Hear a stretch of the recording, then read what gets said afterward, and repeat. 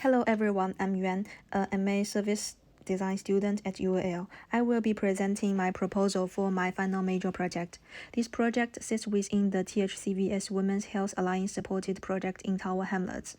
I'm interested in what happens before women reach GP services or the Women's Health Hub, how they recognize menstrual concerns, how they talk about discomfort, and what might stop these conversations from happening. The supported project is about THCVS developing a women's health alliance with voluntary sector organizations, the NHS, and the local authority partners. The main focus is not one single health condition. It is about embedding women's voice, improving health literacy, building trust, and strengthening collaboration across the women's health system.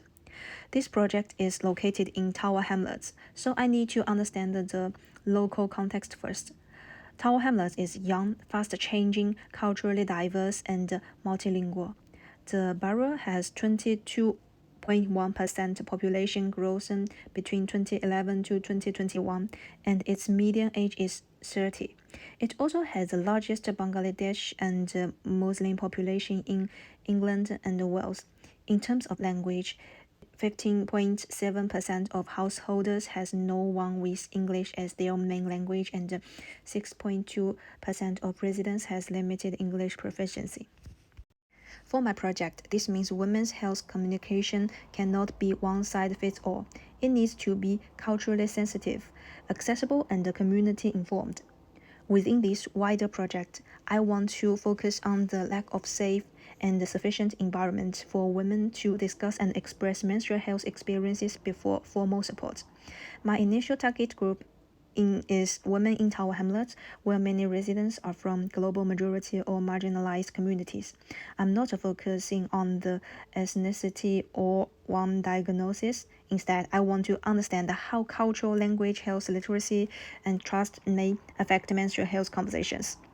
So, why this matters? Period problems can affect everyday life, but menstruation is still not easy to talk about. Data shows that 6 in 10 women have moderate to severe period pain, and 1 in 4 women take at least 1 day off a month because of their period. HEPI also shows that 65% of male rarely or never discuss period. Only 15% of universities have any menstruation-related policy. So this is not only about pain, it is also about silence and a lack of support. In addition, the 2026 renewed women's health strategy shows a knowledge and confidence gap. Only 1 to 10 women know all the signs of heavy periods. Flourishing community projects in Tower Hamlets show that safe and familiar spaces can support open discussion and about difficult health topics. So this suggests that before formal support, menstrual health conversations need trust, familiarity, and a sense of safety. Here I mapped the stakeholders around the project. At the center, the primary users are women in Tower Hamlet. Around them are informed supported networks such as friends, family, partners, peers, and online communities. The next layers is trusted communities and VCS partners, maybe including THCVS and women's inclusivity. The outer layer is health system partners, including GPs, Women's Hub, and the NHS. So my research question is, how might we create supportive conditions for women in Tower Hamlets to feel safe and free to discuss menstrual health before formal support? To explore this question, I plan to use feminist perspectives on women's health, health literacy, and menstrual stigma. For methodology, I plan to use service design, participatory design, and system thinking. For methods, I plan to use desk research, semi-structured interviews, and anonymous questionnaires.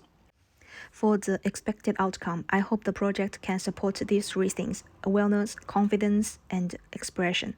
To move forward, my next steps are to continue secondary research, prepare primary research tools, and engage stakeholders or participants.